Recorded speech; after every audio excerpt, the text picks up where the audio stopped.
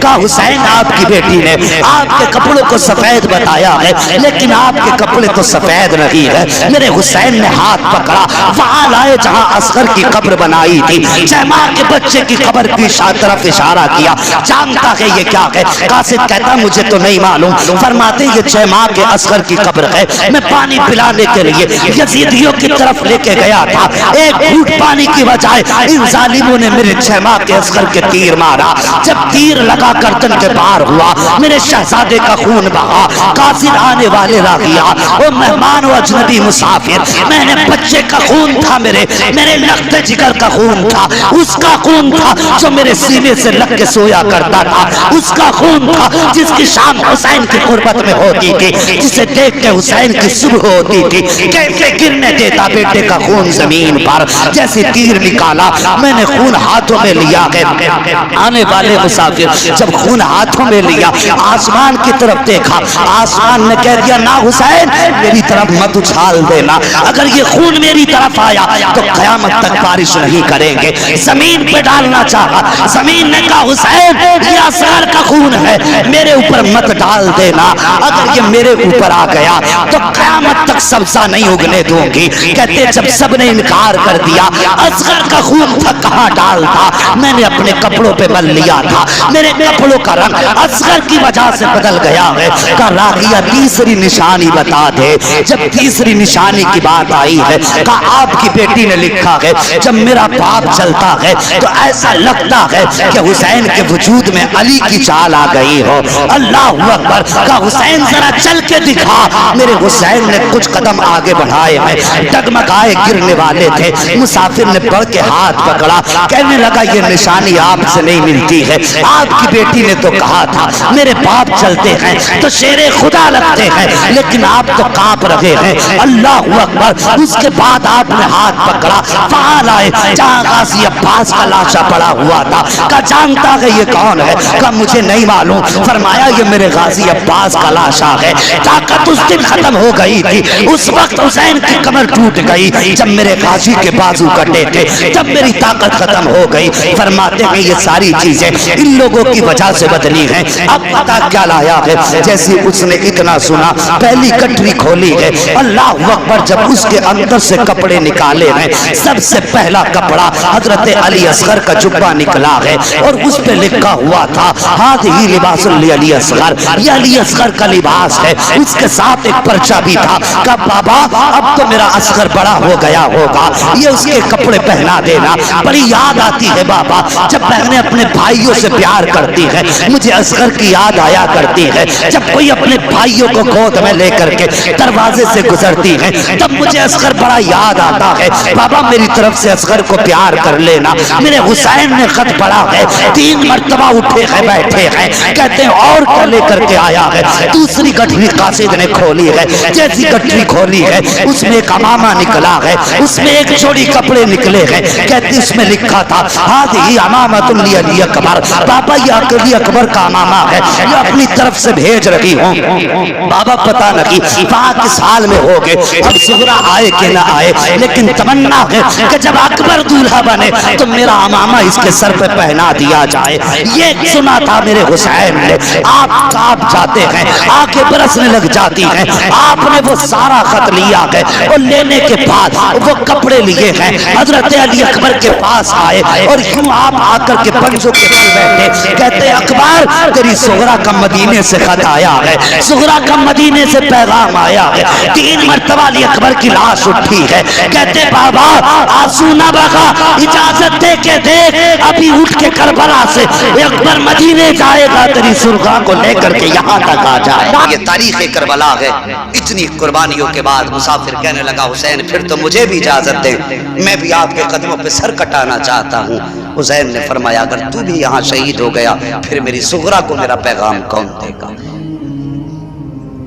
آپ نے فرمایا جاؤ میری صغرا سے ملاقات ہو تو کہہ دینا بیٹی اب نانا جان کی جلوتوں میں حوض کوثر پہ ملاقات ہوگی، اس سے جا کے کہنا بیٹی تیرا پیار اپنی جگہ ہے، نانا کا دین اپنی جگہ ہے۔